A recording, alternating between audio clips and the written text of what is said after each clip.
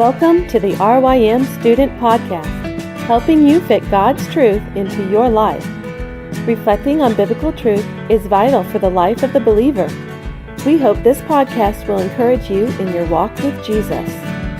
The following was recorded at one of Reformed Youth Ministries conferences. The audio might not be clear, but the message is. We hope you enjoy it.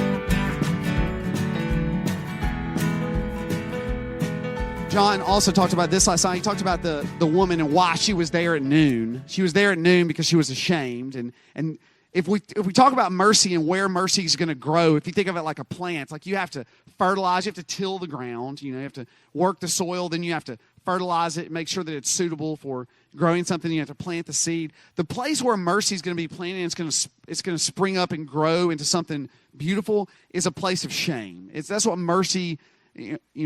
Mercy is the answer to our shame. And this woman has a powerful shame, okay, because she is going out of her way to avoid being reminded of the wreck that she's made of her life, to avoid a huge amount of shame, or what we would call a bigger deal. She knows she's going out of her way to avoid it. And a lot of you have shame, and some of it's private shame, okay, some of it we don't know about, right? But some of it is public shame, and you are going way out of your way to avoid it.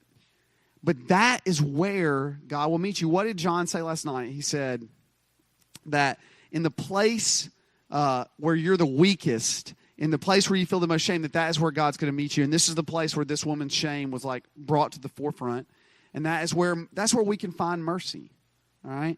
Now, how does Jesus Christ show this woman mercy? How does he show her mercy? I know he's the Son of God, he's going to die on the cross. I know all that.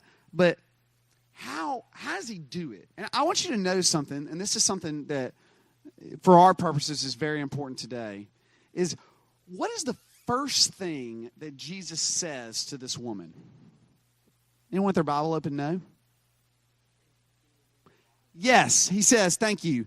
I'm going to repeat it because they might not be able to hear you. But he says, please give me a drink of water. He asked her for a drink of water. Now, why is that important? That's very important, okay? Because what Jesus has done, all right, is Jesus has dignified this woman, all right? He has not treated her like a lot of people in her town probably treated her, like the town slut. Okay, or the whore, or whatever. I don't know whatever word I need to say that I'm allowed to say in the elective that you can't say in large group, or whatever.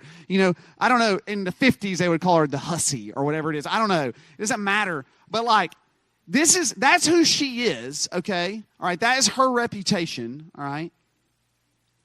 And he does not treat her according to her reputation. He asks her for something.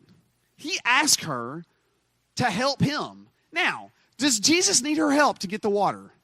Jesus walks on freaking water. Do you think he needs help getting the well water out? No, absolutely not. He doesn't need her help. He's stronger than her, but he puts her on level terms with himself. They're not on level terms, okay? They're not, all right? But he puts her up there with him.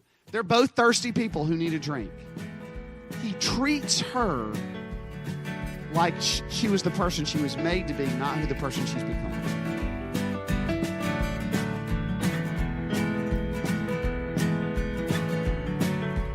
For more information on RYM student conferences, visit rym.org/conferences.